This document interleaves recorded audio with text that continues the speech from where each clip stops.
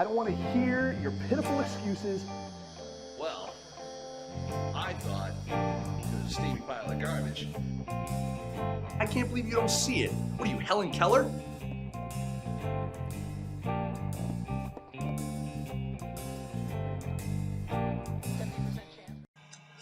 Good evening, everyone. Welcome to Film Snobbery. We've got an excellent show for you this evening. This is the birthday spectacular. Happy birthday to me. Happy birthday, Nick. Thank you, Jerry. This is co-host Jerry Cavallero. We've got a great show for you guys tonight.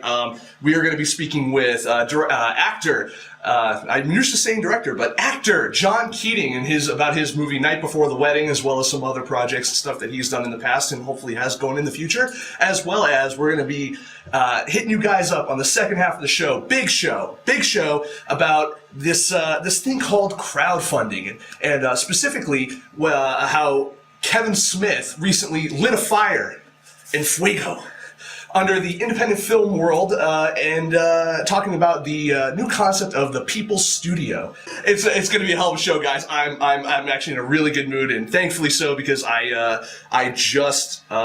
getting over being sick after a great week in New York City. So we've got a great show for you guys. First, I'm going to hit you guys up with the trailer for Night Before the Wedding, and when we get back, Mr. John Keating.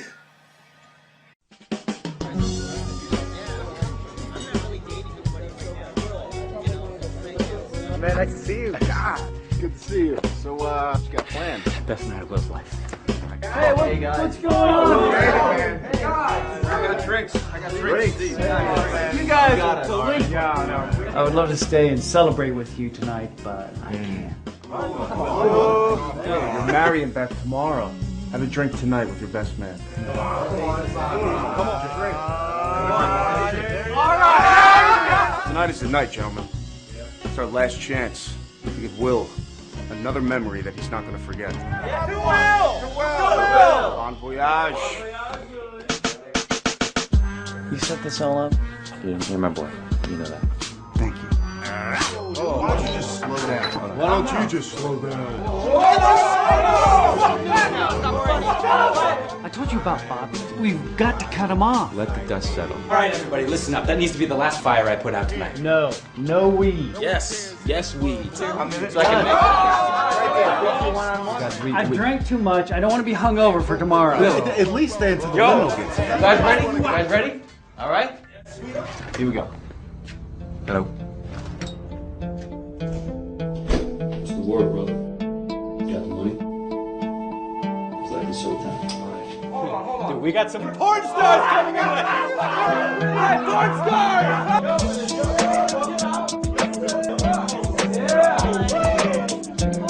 Go ahead, Will.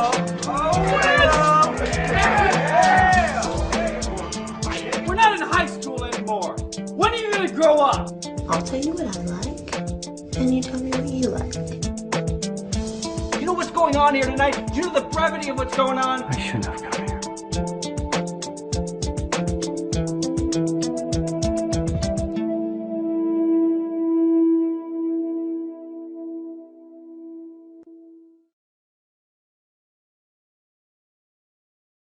With Mr. John Keating. John, how's it going? Thank you for calling in. You bet. Glad to be here. You're over in California, Yes. where all the actors are born. Well, we're not born here, but we all end up here at some point or another. Are you from LA originally, or did you move out that way to kind of make a career for yourself? Yes, I'm not from LA. I moved out here to make a career for myself. So I'm originally from the Kansas City area. Oh, that's a bit of a move. Yeah, that's a bit of a move. What made you get into acting? I mean, I've looked at your resume. You have a lot of theater experience, and you've done some other stuff as well. Was that just kind of a natural transition? Did you make the transition from theater to movies? Well, it's I don't know. Making the transition.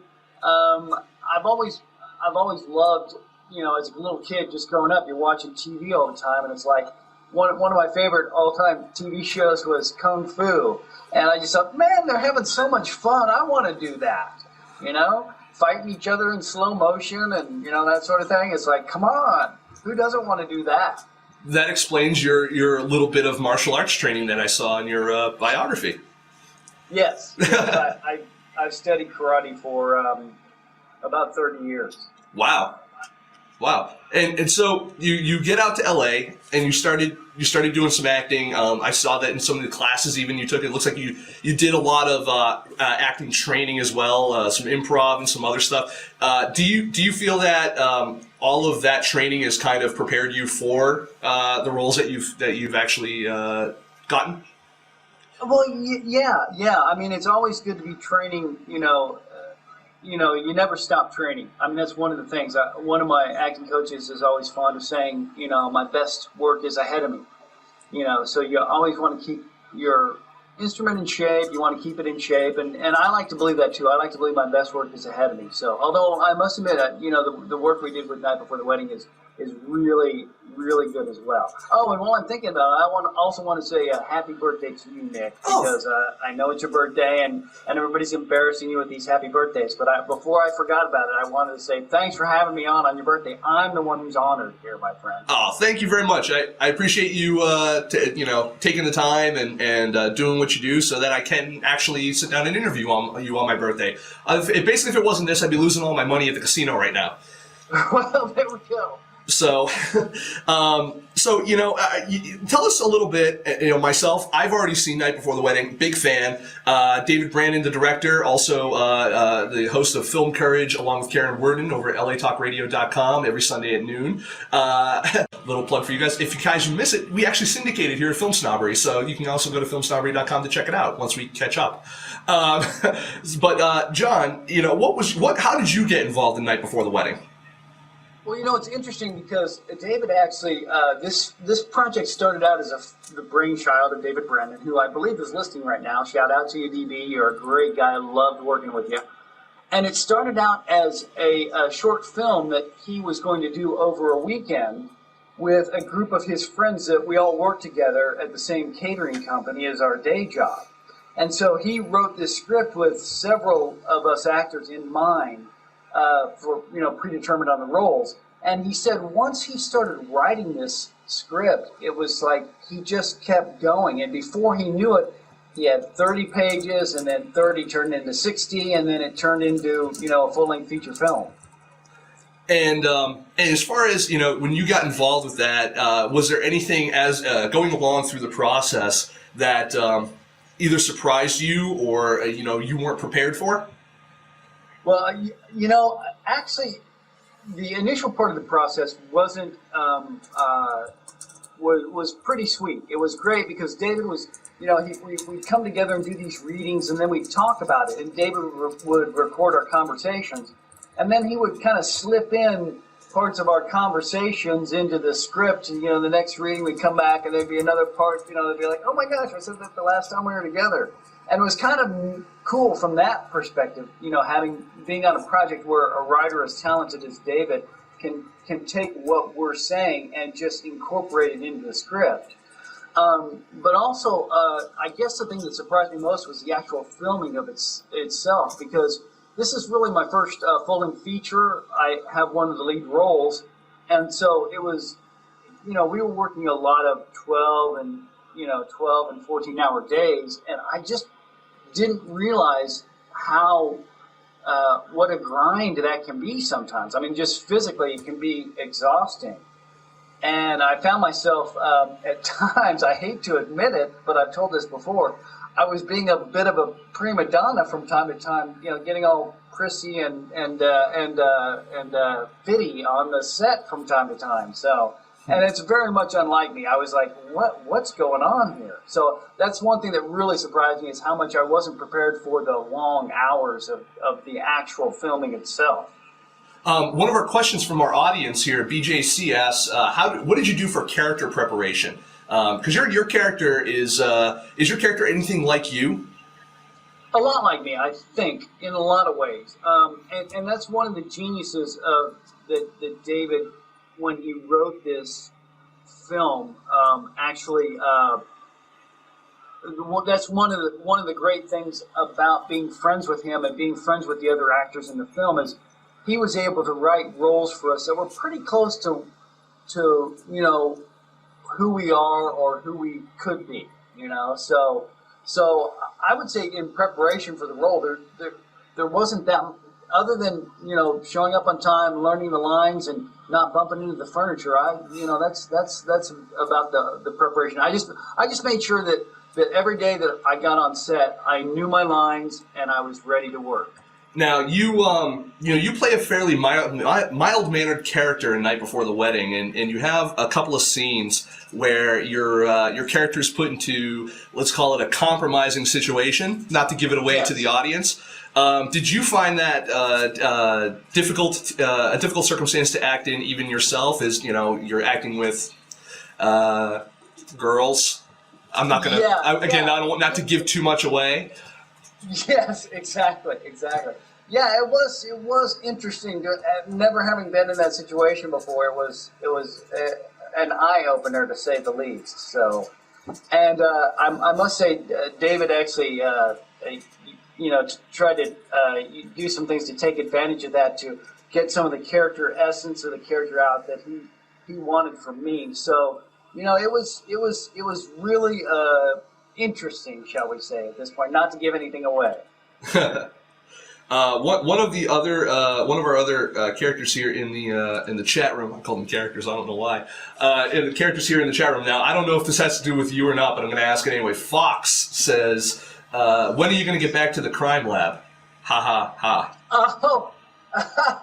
Oh, that's my friend Kevin Fox from Science City. We years ago in Kansas City, a group of us worked together at a science museum where we played characters in a city, and I played Detective Bernie, not Barney, but Bernie Miller, and I was in the crime lab. and Kevin, well, we all played multiple characters, but that was my main character, and there was like, there was the bellhop at the Mystery Hotel, and there were characters all over the city, so it was a lot of fun. I can see how that would be kind of fun. The only thing I can compare that to in my own experience is one time I got to dress up as Yogi Bear at a kids camp, and I got to get pictures taken with myself and the kids. That's really the only thing I can compare that to as far as playing a character. But I figured I relate. You opened up a little, I'm opening up a little. Someone else. Actually, BJC again has another question for you. Says, do you prefer live stage or film? Well, you know, there's nothing like, as far as preferences go, I love them both. But right now I'm focusing more on film and television than I am on stage work. So, I mean, I started out on the stage, but when you're in LA is not really a theater city. So, you know, it's really important to know what you want to go for here. And so I'm focusing on film and television right now. And I noticed that you've had a couple of little parts here and there. Maybe not little parts, but you've had a couple of parts here and there. You got on the Mind of Mencia from one episode as a redneck. Yes. A redneck from Kansas City. Who would have thought? That's not typecasting at all. No, I'm kidding for all you guys from Kansas City. But how did you get involved even with something like that? I mean, that's a show. It was on Comedy Central and has a fairly large group of people that watched it. And how did you get involved with that? Well, it was just a basic audition process. I went in and auditioned for it. And actually, I think I was the first person to audition for the role that day. But it was just one of those things. I went in, auditioned for it. I found out the next evening that I was cast, and I was on set the third day. So it was like boom, boom, boom. I was on set the next day at like 10 a.m. Right. So it was just through the regular process of going out and actually booking a role. Well, and now let me ask you, as far as booking roles and stuff, are you currently in SAG or BAFTA or anything like that?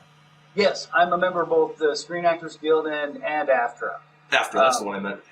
Yeah, Sorry. Yeah, AFTRA. Yeah. BAFTA, I'm like, that's something else, but or is that that might be the Canadian one? I forget. Anyways, someone in the audience here says SAG for the win. Although I don't know, have you found that being in SAG has helped your career?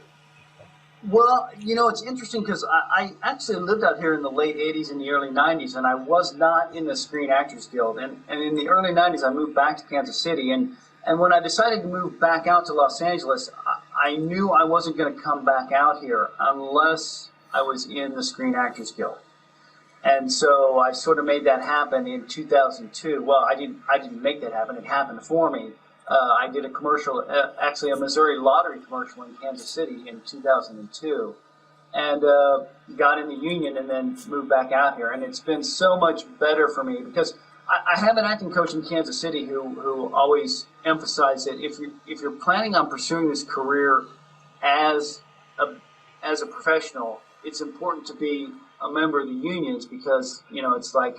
A doctor chiropractor has DC next to his name. It's like, that means you're a professional, right, or that you aspire to being a professional. Yeah, one of the audience members here, Lord Pancreas, said, I love the people in our audience, says SAG seems like a catch-22. Like, you needed to get jobs, but you need jobs to get in. So, is it,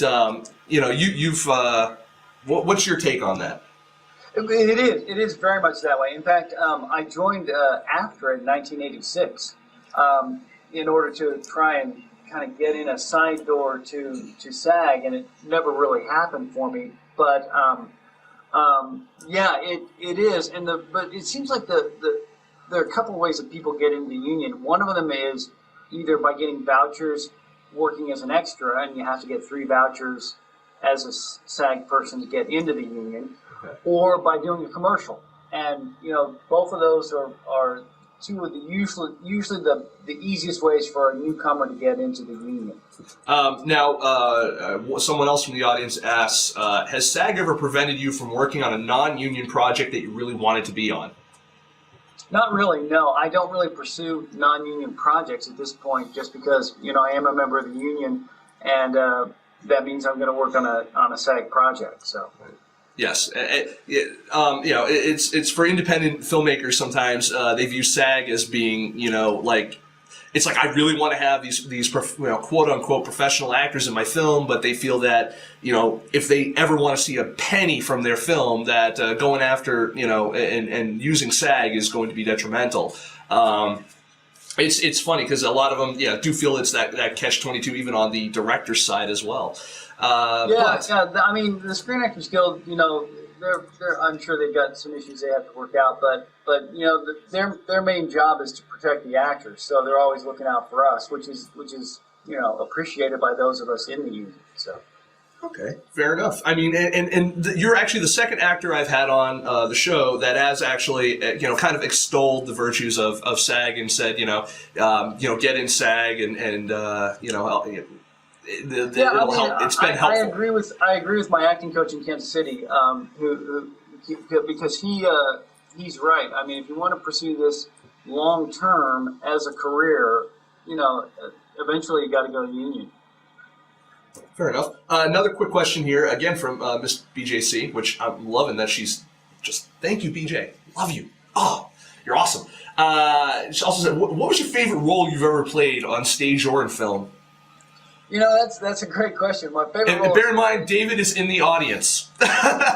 What's that? I said, bear in mind, David Brannon is in the audience. The most fun I've had on a stage or in film was a film I did back in Olathe for the Olathe Community Theater, and it was called More Fun Than Bowling. And I played this character called Mr. Dyson, who was kind of in the shadows. You weren't sure what he was doing there, and I would do wacky things, and the director would love it. Like there was one point where I was making several quick entrances and exits, and so I went down to the prop room and I grabbed like 5 different hats, and every different entrance and exits I put on a different hat, and he was like, "Oh, I love that, keep that in there."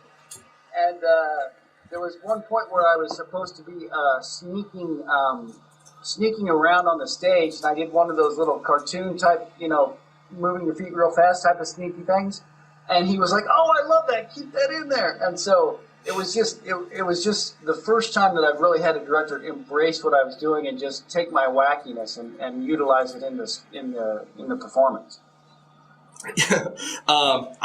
Just so you know, I just put on another hat. I did that just for you. So another question from our audience, Phil on Tilt asks, so what's the next step for Night Before the Wedding? Well, we've got a screening in Orlando on Thursday at the Enzian Theater, and that's at 1:30 in the afternoon on Thursday in Maitland, Florida. And then we also were accepted into the Lake County Film Festival, and we'll have we're one of 10 I guess feature-length non-doc films to be in the festival itself. So it's quite an honor being in that festival. And we're actually playing in March. I believe it's March 8th. So we'll be playing in Lake County on March 8th. And go ahead. I was just going to say, I was actually, I've discussed this with David Brandon, our director, and one of the things he wants to do is kind of build an audience for the film, and he feels like the best way to do this is to get the film into cities where we have members of the cast or people associated with the film. So the Florida screening, we've actually got one of our cast members, Chris Guckenberger, is going to be going to that screening.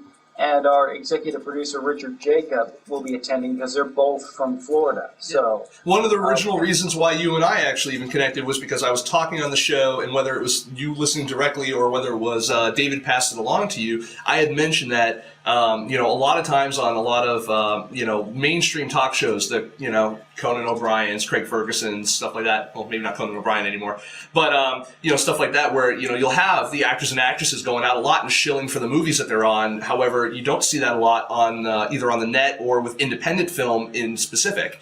Usually you can talk to the writers who are generally the writer, director, producer, whoever the roles they may have filled, but you generally see the actors and actresses. And I want to say again, thank you for coming on and representing your film because that is a correct way to build an audience and something we definitely encourage here at Filmsnobbery.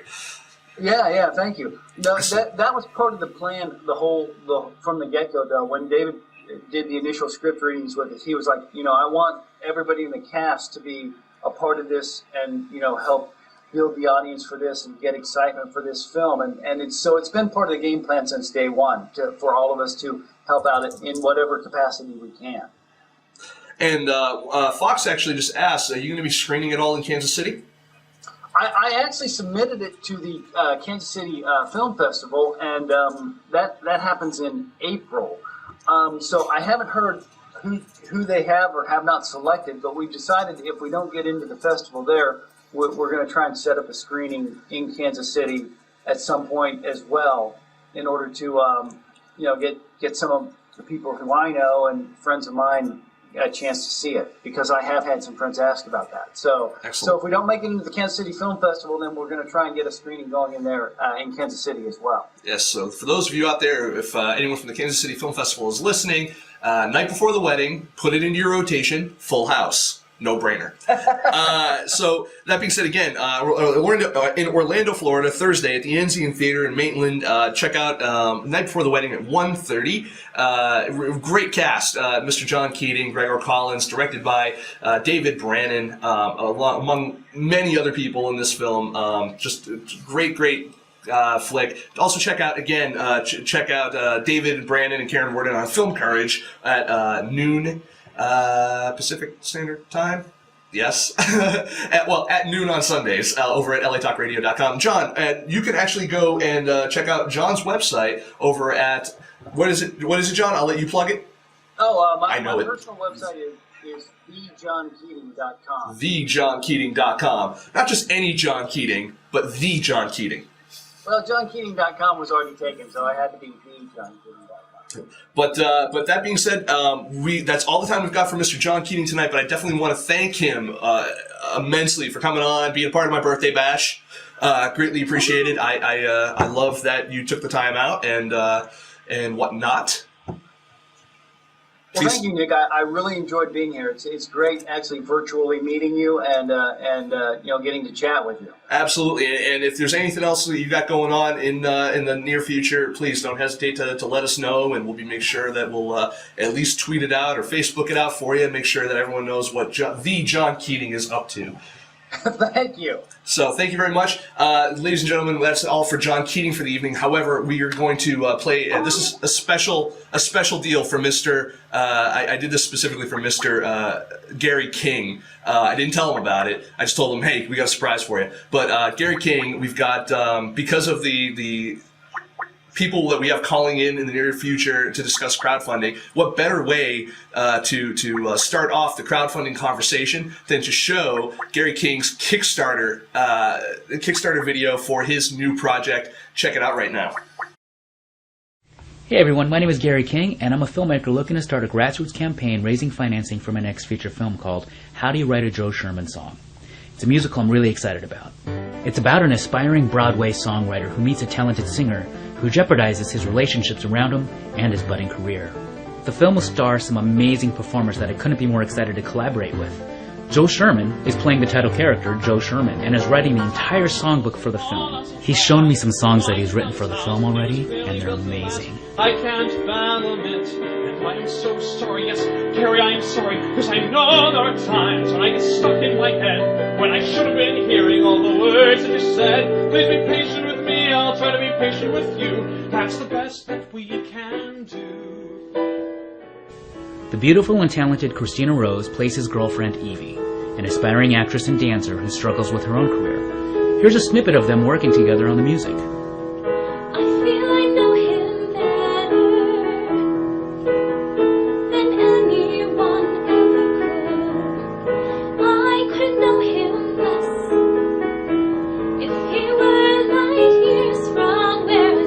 So I get people asking me all the time, what is next? You always get that question, what are you working on next?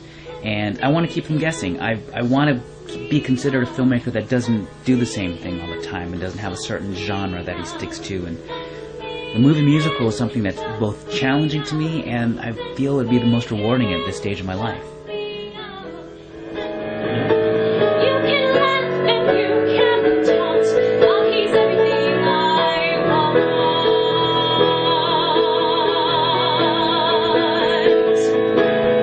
Last year, my film New York Lately received great reviews and played at film festivals across the country.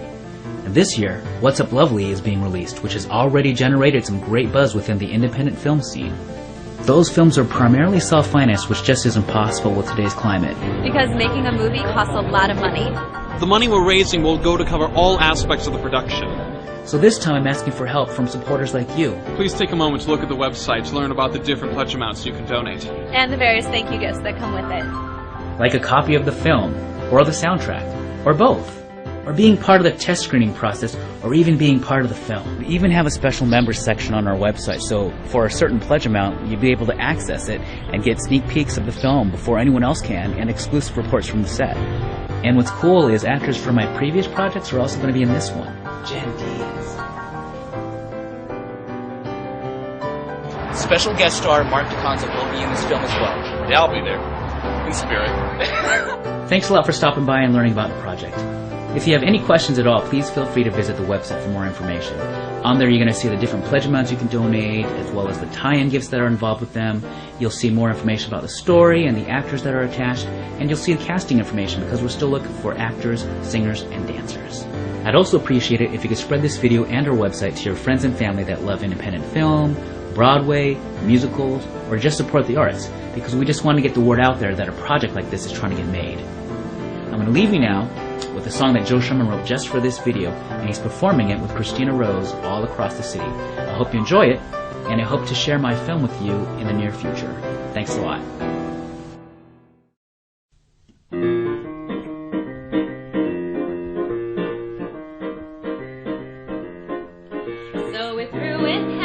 And we're done with slacking, so now all that we need is some financial backing. And an hour you're humming This tune, it's becoming quite clear we're onto something big.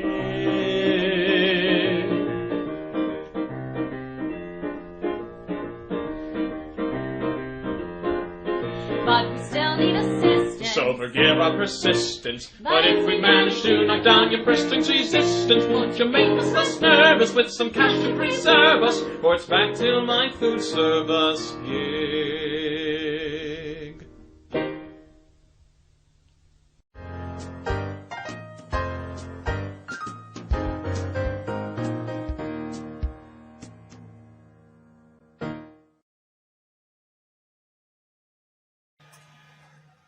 And we're back, everyone. We've got special guests. We're waiting for one of them to call in, but while we're at it, I'm going to introduce special guest Danae Ringlemann of IndieGoGo, co-founder of IndieGoGo. Is that correct? Yep, you got it. That is correct. See, I'm on my game now. She's here tonight to talk to us about basically about crowdfunding, specifically around kind of how IndieGoGo does their thing. And I'm going to actually ask her to explain IndieGoGo a little bit to the audience for those of you who aren't familiar with it yet or haven't used it, which if you're not, I don't know why. You should. We do. IndieGoGo.com/project-filmsnobbery. Donate now. And we're also waiting for Mr. David Geertz of Geertz. I never pronounce people's names right. Of the Baisley project, www.baisley.com, and he's going to call in, and we're basically going to have a little bit of a roundtable discussion talking about crowdfunding, crowdsourcing, and specifically revolving around the latest kind of snafu and projects that Kevin Smith has actually been discussing regarding the People Studio. So, Danae, first of all, thank you for coming on the show. I appreciate it. Sure, happy to be here. Awesome. Explain to the audience a little bit of what is IndieGoGo and what do they do? Sure. Well, before I get into that, I think everybody should go on to Filmsnobbery's page and wish Nick a happy birthday by giving him a contribution and buying one of his perks. So there's my little plug for Filmsnobbery. Well, thank you. On IndieGoGo. Just to step back, IndieGoGo is a crowdfunding platform that lets anybody from filmmakers to musicians to inventors crowdfund for their projects. So the way people use it is they use it as a pitching platform to pitch their audiences what the project is, and then use all the social media tools and the widgets that we give you and the updates page that we give you to engage your fan bases and mobilize them into funders. And you do this by offering really cool perks, which can be anything from the actual product that you're trying to fund for. So if you're actually trying to write a book, then maybe it's a great way to sell pre-sell copies of that book, to selling experiences, or like trips to the set for a film, or a chance to be in a YouTube video with one of the musicians of a band, if that's what you're funding for. It's a really open platform to let creative entrepreneurs be exactly that, creative, and how they raise money for their projects and get their projects made. And you guys don't do just film; it's everything. Anything that you want to raise money for, you can create an IndieGoGo project and raise money for it. Sure. Yep. Anybody can join. And we were focused on film for a long time because the three of us founders kind of came together because we've all been going to Sundance for years, and I come from a more traditional film finance background, trying to help filmmakers raise money the old school way. Mm-hmm. And I found myself hitting my head against the wall trying to do that, and meeting my partners who come from more technology and arts and theater backgrounds. We thought we'd come together and use technology to help filmmakers and other creative entrepreneurs now fund for their projects. And we've been getting interest since the day we launched about when we were going to open up Beyond Film. So it's really exciting to be open now to everybody. And you guys have had a lot of success, and also one of the things that you guys offer because of your partnerships is if you are able to take advantage of that San Francisco. What was the San Francisco? Yep. Help me out with that one. Yeah, it's one of our cool partnerships is with the San Francisco Film Society. Mm-hmm. So for projects that maybe aren't fiscally sponsored right now, if through our partnership, you can actually offer tax receipts to all of your contributors. So everybody who makes a contribution via your IndieGoGo page, if you're a fiscally sponsored project via the San Francisco Film Society, mm-hmm. you can also offer, in addition to the perks that you offer, you can also offer tax receipts, which is a big plus, especially because fiscal sponsors tend to be pretty manual in the way they work, mm-hmm. and contributions that are even less than $250 don't necessarily get a tax receipt when working directly with a fiscal sponsor, but because of our partnership, we've been able to automate all of that. So even someone who gives $1 gets a tax receipt for that, which has never been possible before, and this is the first time any crowdfunding platform has come together to integrate with fiscal sponsorship, which is pretty cool and pretty exciting.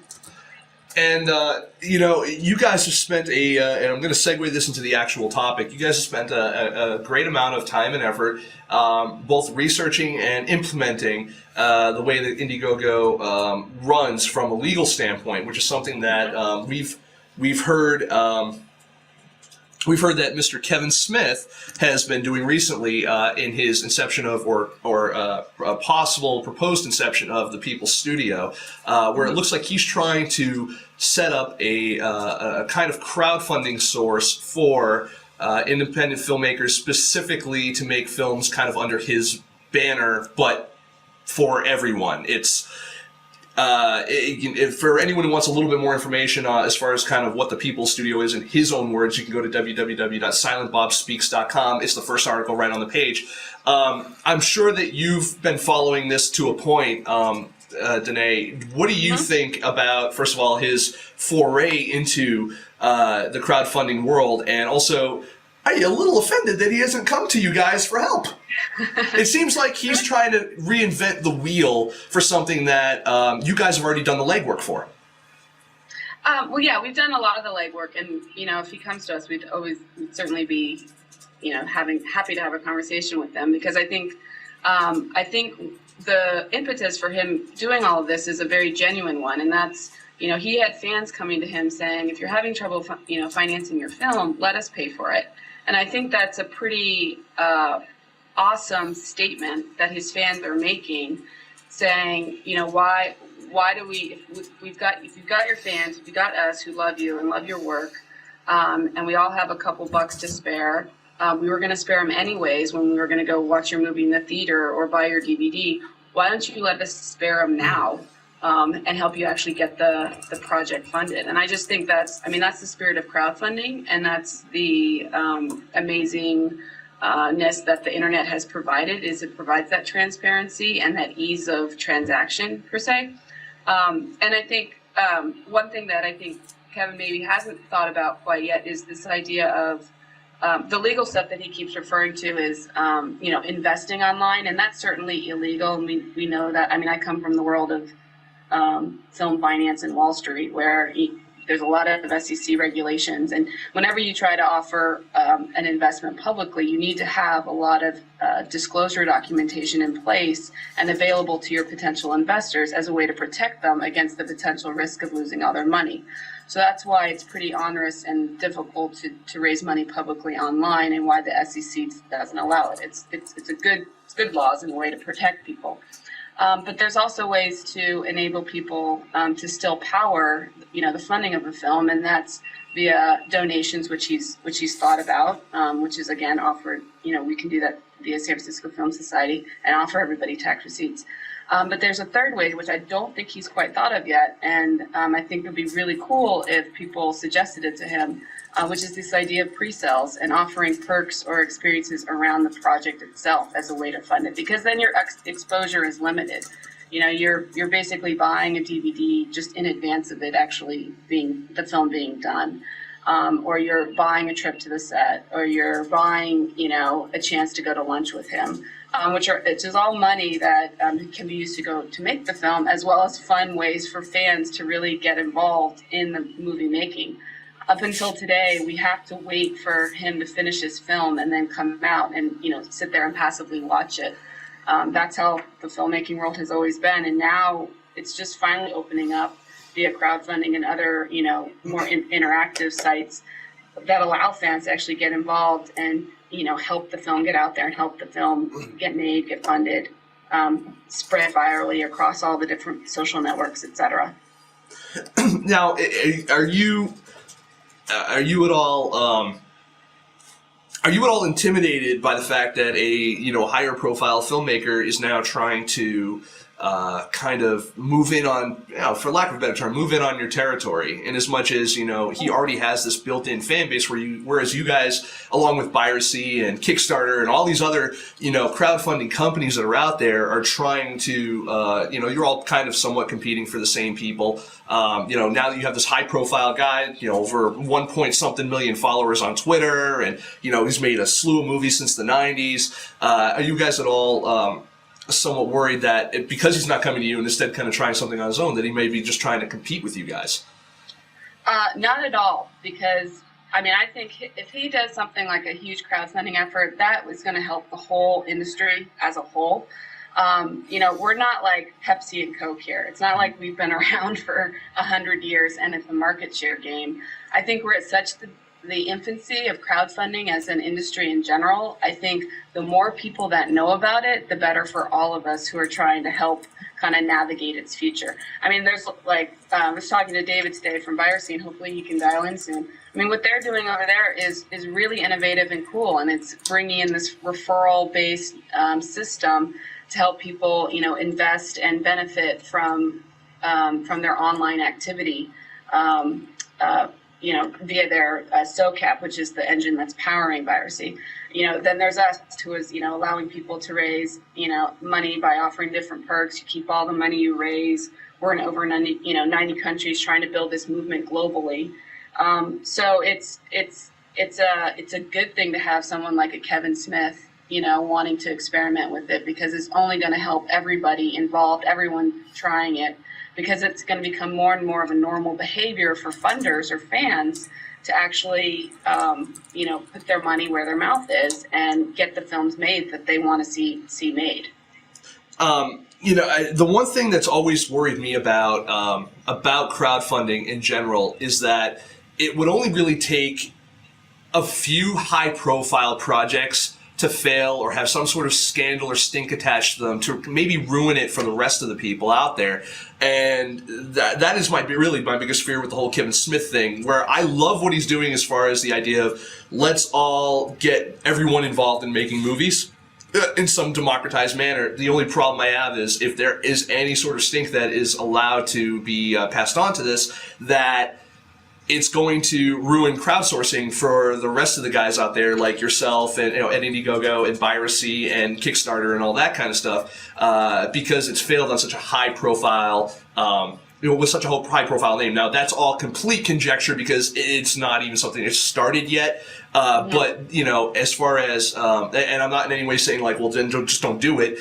But what I am saying is that is a fear that I personally have as a person who loves film, a person who follows film, and a person who sees crowdfunding as being a viable source for filmmakers to reach their audience, not only by offering stuff like perks and offering things like that, but also by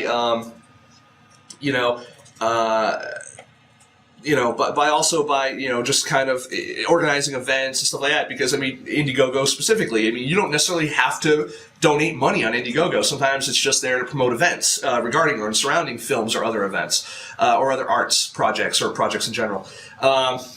It's Jerry actually even said, like what happened with Project Greenlight, great idea that just repeatedly failed. And actually even my executive producer, Jeff, even calls the whole kind of People Studio idea, it's like crowdsourcing Project Greenlight. That's really what it is. So there's not really a question after all of that.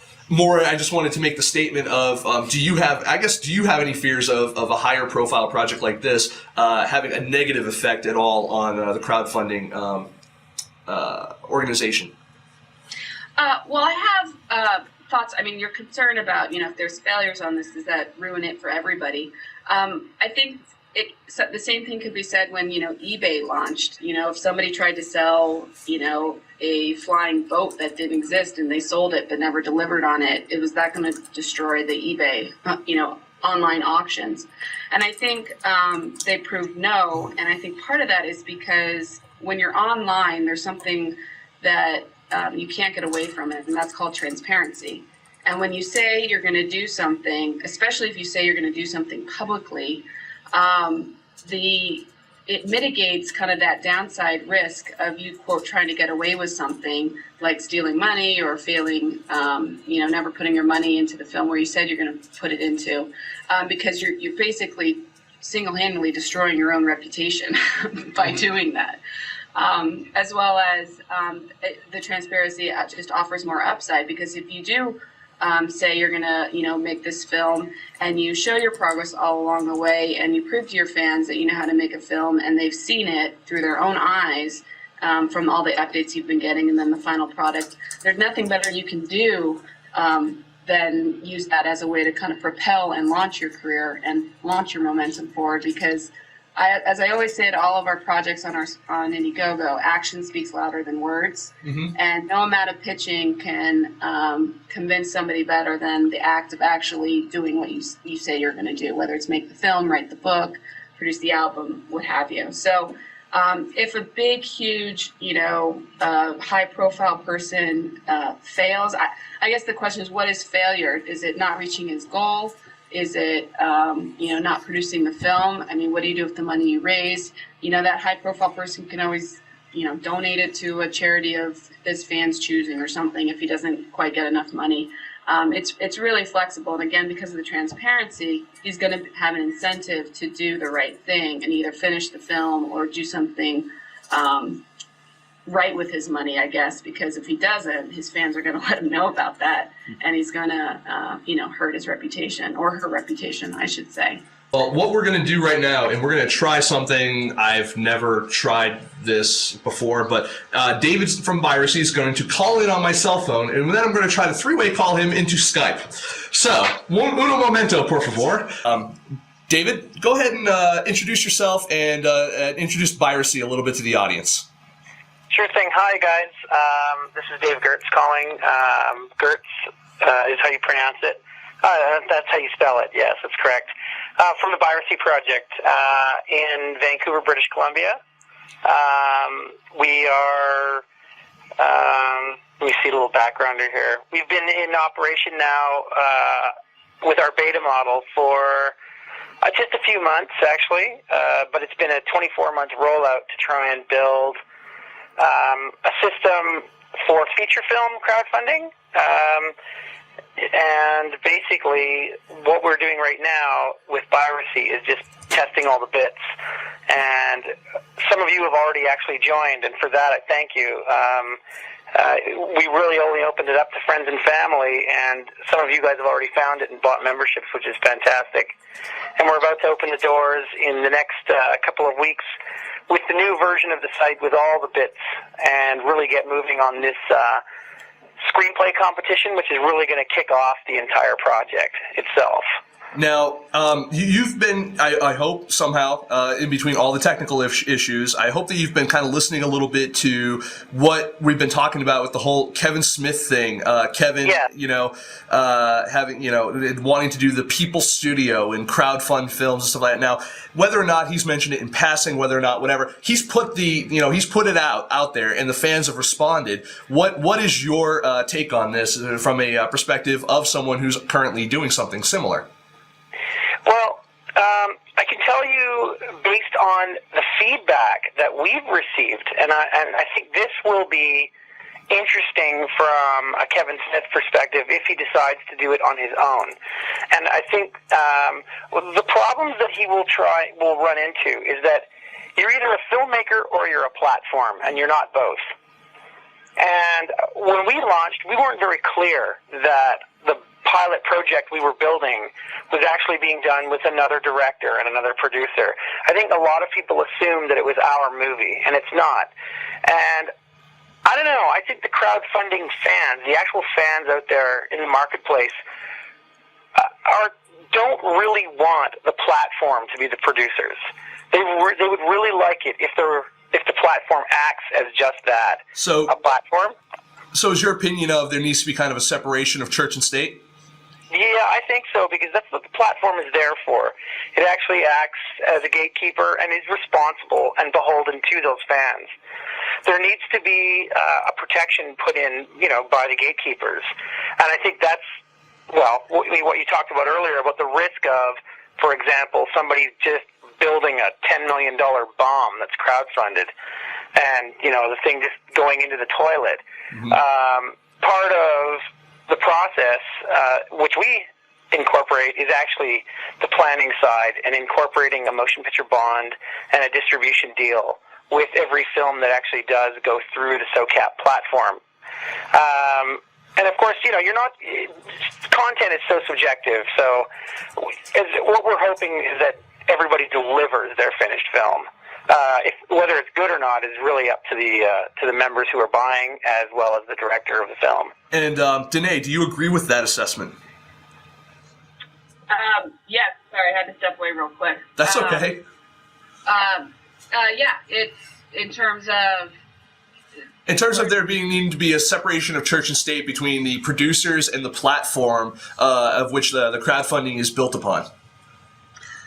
I do think it's helpful, because I think making a film is really difficult, and I think building a crowdfunding platform, as we've done for the last 2 years, has been something that's been difficult, and we've are continually iterating and updating. So I think there's different agendas, and it should be our job to build the best social media tools. It should be our job to build the best incentive structures. It should be the filmmaker's job to keep their fans updated and to make the best movie that they can. So I think I generally agree with David on that. Now, I have a question for both of you. I'm going to have David, only because we had him start a little late. I'm going to have him the opportunity to answer the question first, but I also want to turn it over to Danae after David's given his way in. The question I have is: do you feel that Kevin Smith seems to be setting up with the shuttering and potential sale of Miramax? He's kind of lost his security net, really, in the industry, because Miramax has always been for him, whether or not his projects have done mediocre at the box office, or whether they've done well or even better on home video or whatever. The question is, do you think that he's trying to set him up with this kind of people's studio type of situation as the next Harvey Weinstein? No, I don't think so, because I think Kevin Smith is first and foremost a filmmaker, and he really wants to do that.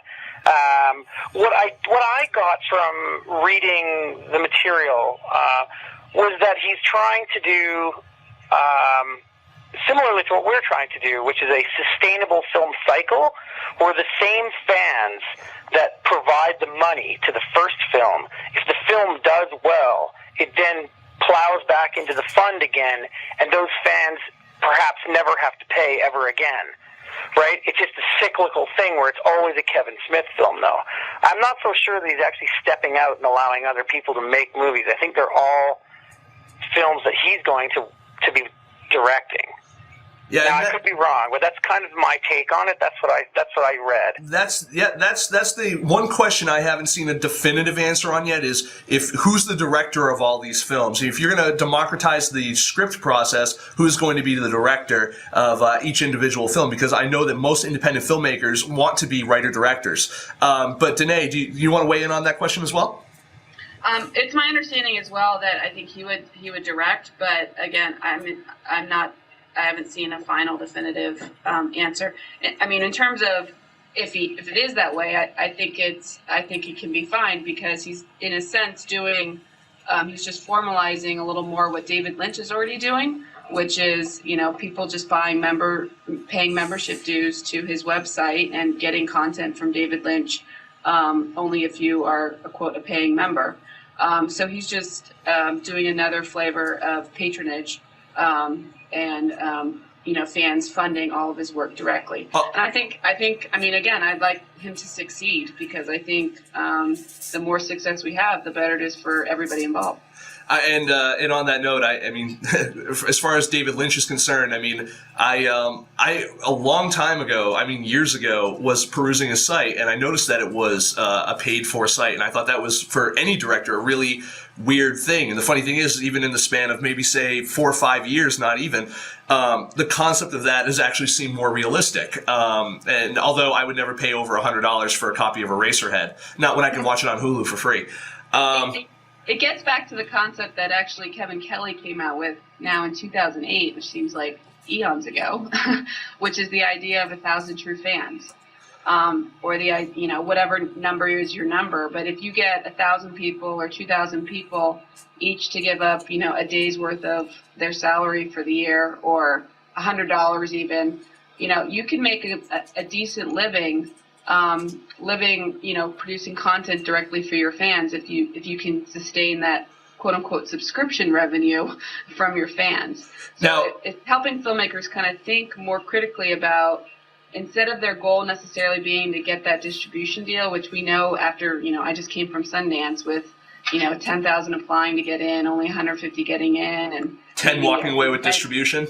10 deals. That's a pretty difficult, those are difficult odds to beat. And I'm not saying it's impossible, and I'm not saying stop dreaming for that. I'm saying keep dreaming for that, but also don't be naive and show up to Sundance with that as your only plan. I say, show up with a good audience behind you that you've been building all along the way, with a plan to sell directly to your fans, so that you could, quote, sustain yourself off of your fans, whether it's via subscription or via them just buying one movie a year from you for the rest of your life.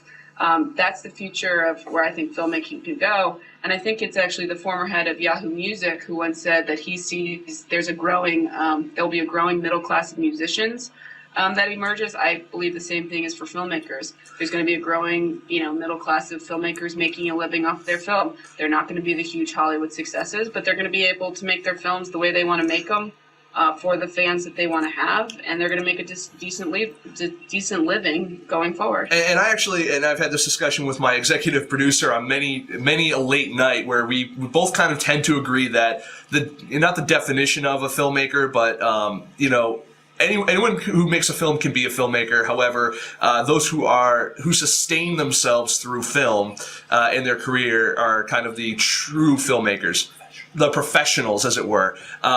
That being said, Danae had mentioned that, you mentioned that kind of the whole membership aspect of this kind of stuff, citing David Lynch's site, stuff like that. Piracy is kind of that subscription type of site. So I'm gonna put it over to David for a second and ask, do you agree a little bit with Danae's her assessment of kind of how that goes in the future of where this stuff is going? I think that there's plenty of room for both a Piracy who does things one way and a IndieGoGo who does things something differently. I mean, yours is subscription oriented. It's definitely it's slightly more sustainable, whereas IndieGoGo is a little bit more goal oriented. If they meet that goal, then hopefully they succeed. Your assessment there, David?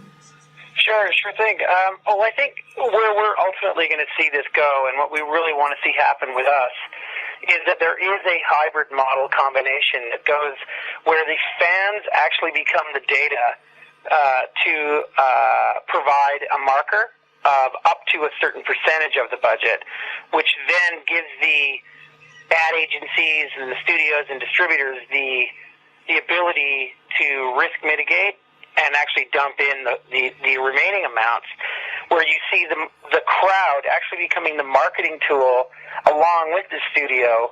And if that's the case, just say the ratio is 20% fans to 80% studio, you could actually see some significant films actually being funded and made that way. And then, of course, if you're talking about 20% of a $10 million film, and you've got, $2 million coming from fans, that's a serious marketing push, as well as those fans being able to make some tertiary income, which basically pays for the next membership they buy, but also gets them the copy of the film, which is limited edition. I mean, that's what you really want from social media, is the fans to actually become the marketers. And that's kind of what the whole point with the social media stuff really is that the combination of crowdsourcing, crowdfunding, and social media, the whole integration of it is to let the fans do the work for you, not for filmmakers to be lazy per se, but to get that built-in audience before your film goes to market, so that way when you market your film, you already have people that either A, paid for it, or B, are already talking about it, building that kind of pre-buzz for you. We actually have a question from the audience. Zach Forsman has a question for Danae, asking, can IndieGoGo implement deadlines? That sense of urgency seems to be a good motivation. And I'm assuming that comes from the topic of the Kickstarter stuff that they've implemented timelines. Not to make any comparisons or anything like that, but just straight out question: is that something you guys have the ability to do or may do in the future? Sure. No, that's a great question. We actually had that. It's interesting. We had that when we launched 2 years ago, and we got a lot of pushback from customers, which was interesting. So we opened it up and changed it based on feedback. And again, all of our changes are royally, based on what customers are asking for. Right now, you could actually implement your own deadline if you wanted to. There's nothing stopping you with that, because there is I think a benefit in saying, our deadline ends, in a week. We need to raise $1,000 more, help us meet that deadline. And we are definitely working on some cool functionality enhancements related to this, as well as related to being able to track all of your fans and their DWO, as we call it, activity, which is pretty exciting. So you'll be able to know what fans are helping you push your project out the most and help you raise money. So we've actually, and there's a lot more that we're working on, but again, it's all based on what customers are wanting. And in terms of deadlines, we hope to have some stuff for you guys soon. Now, David, I did ask Danae a question when we first started the conversation, and I want to open this question back up to you as well.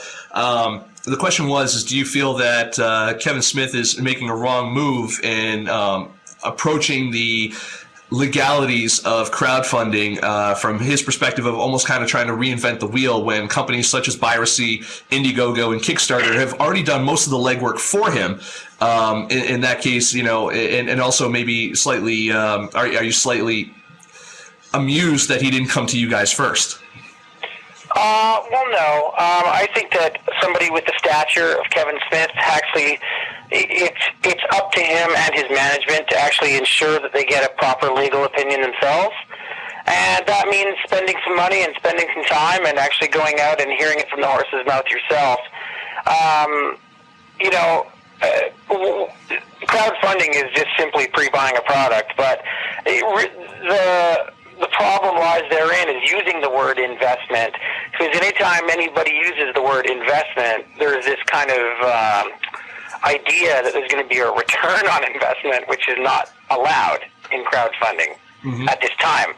And so I don't know if he's actually investigating that idea, but in any regard, he is probably just doing his due diligence on all the platforms, because what he doesn't want is to, be a big name guy, get onto either one of the platforms that is out there, or build his own, and have 1.6 million fans give him $100 each, and have all that money, and then what do you do with it? Then the SEC comes knocking down your door. And that goes back briefly to something Danae said of, having 1,000 true fans. The guy might have 1.6 million followers on Twitter, but how much of that is just his name, and how many people are actually going to put their money where their mouth is? On that note as well, I have a question for both of you. Danae, I'll allow you to answer first, and then I'm going to turn it over to David on his question too. Have either Baisley or IndieGoGo directly contributed to a project on their sites? Yes, I have, actually. But it's interesting that sorry, this is Danae. It's interesting that you asked that, though, because I find myself wanting to contribute to projects every day, and then I hold myself back because of not wanting to be biased, because I want to support all projects on our site. But it's an interesting personal dilemma I have, because I stumble across stuff all the time that looks amazing and fun. So we ended up actually just posting a project by the team for Haiti, though. So that's the one project that we've kind of gotten behind ourselves, just for pure disclosure purposes. And all the money raised there is purely going to the Red Cross. And you, David?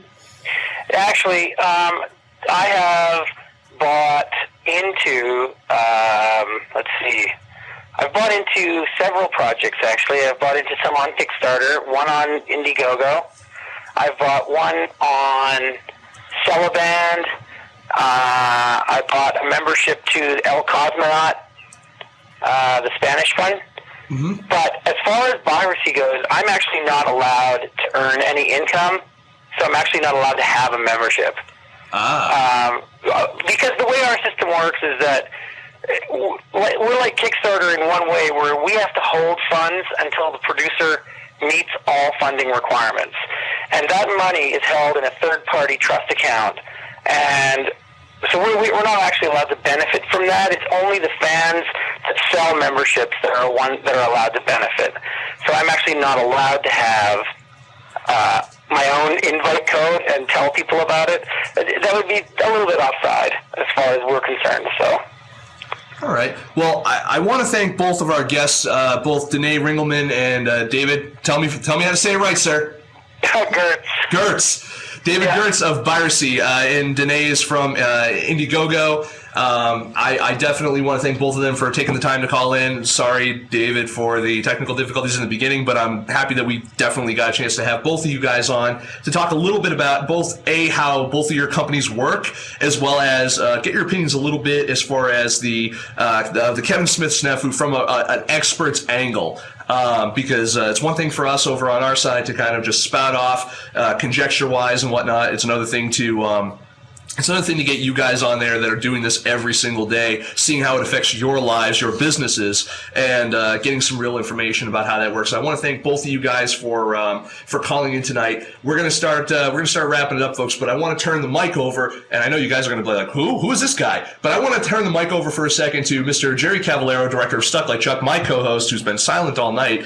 But he's got a couple things that he would like to talk about, including a contest that we're going to run for the evening, as well as a couple of quick shout-outs that he wants to make. So, Jerry, take it away.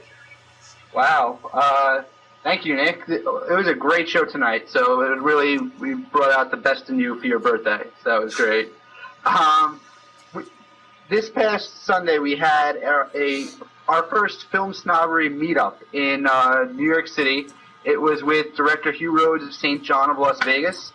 And I just want to thank him and thank everyone who showed up from our audience. So thank you, John Trigonis, Marinel in the chat, and Albert, who's Sacred Flesh in the chat. So thank you guys for coming. Hugh Rhodes was great to talk to. Hopefully we'll get some pictures up on Filmsnobbery or something soon. But he gave a lot of really great advice, and he broke down the film. So I would say if you do see St. John of Las Vegas, which was an interesting film, Steve Buscemi was great in it, send some tweets to director Hugh Rhodes, and he'll get back to you. He wants to know what you guys think of the film, and he wants to have a conversation with you about the film. So thanks a lot to him, and thanks for everyone who came to that. Hopefully we'll do another one soon. I hope so too. And Jerry, do you want to talk about the chat? Do you want to talk about the contest? I want to do a contest tonight. I think we've got a lot of people here. I want to have a contest. Let's give some shit away. Go ahead, Jerry. Okay. Well, I like how you're throwing at me now that we have to change. Yeah, just tweet out what I'm going to write in the chat. So if you want to win, what Nick's going to tell you is the prize. I will write it up in the chat. You just copy it, paste it on Twitter, and send it out. Yep. So while Jerry is writing that, I want to tell you exactly what we got here. Courtesy of First Glance Film Festival. Check out their call for entries over at www.firstglancefilms.com. They've also already announced their official selections for their, Philadelphia. I believe it's their Philadelphia. And if not, First Glance definitely correct me. Hollywood, damn it! Check out their official selections for their Hollywood Film Festival coming up. All details over at www.firstglancefilms.com. Be sure to follow them over at firstglancefilm.com over on Twitter at twitter.com/firstglancefilm. What a night, guys! This contest and this prize is sponsored in part by them and also in part by Filmsnobbery. Check those guys out. They're a great film festival. They've got film festivals on both coasts. There's no reason whether you've made a narrative, a short, animation, kid friendly, regular adult narrative, not adult like but more like, you know, regular. So that being said, I want everyone to check out First Glance Films. You know, check out their website. If you don't even want to, I've got a link in the banner right over to the right-hand side of the page. If you're on filmsnobbery.com/live watching this right now, check them out. They're really nice people. They've actually even got a really good write-up in Movie Maker magazine as one of the definitely the film festivals to follow and film festivals to submit to a couple years running. Definitely good people to chat with. I chat with them on, you know, a fairly regular basis, both on and offline, and they couldn't be nicer. So definitely check them out. They are Film Snob approved. They've been snobbed, and I don't say that about a lot of film festivals. You know, there's maybe 10 on my list right now that I can highly recommend, and they're definitely one of them. That being said, I want to thank everyone who showed up tonight, all the new people who showed up tonight. I want to send a special thank you to Ryan Deshan, who is our former director who stopped in the chat too, and actually I may be calling you soon for some stuff. I want to say thank you to BJC for her wonderful questions. I want to say thank you again to Baisley and Gogo Danae of IndieGoGo and the Baisley Project. I want to thank them for calling in, both of them. They made me ranting about a little blog post into an actual discussion, which was awesome. I want to thank Gary King. I want to thank all the new people. Well, not new people, but all the people in general. Jonesness, Lord Pancreas, too many people. George Deasley, at Warrior Films. Who else?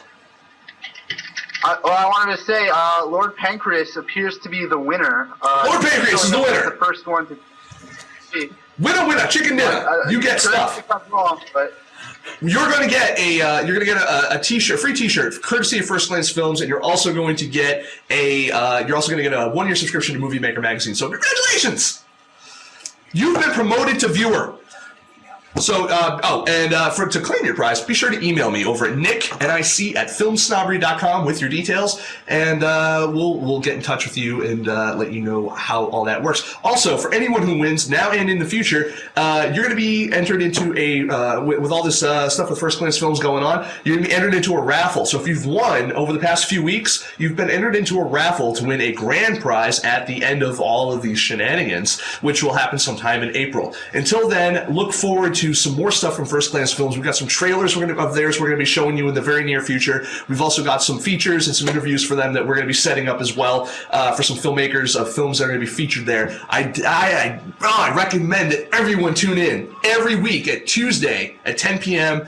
Eastern Standard Time over at www.filmsnobbery.com/live. Tweet it out to your friends. Make sure that you pack this puppy to the gills. You know what, guys? Happy birthday to me. I'm friggin' out of here. Happy birthday, Nick.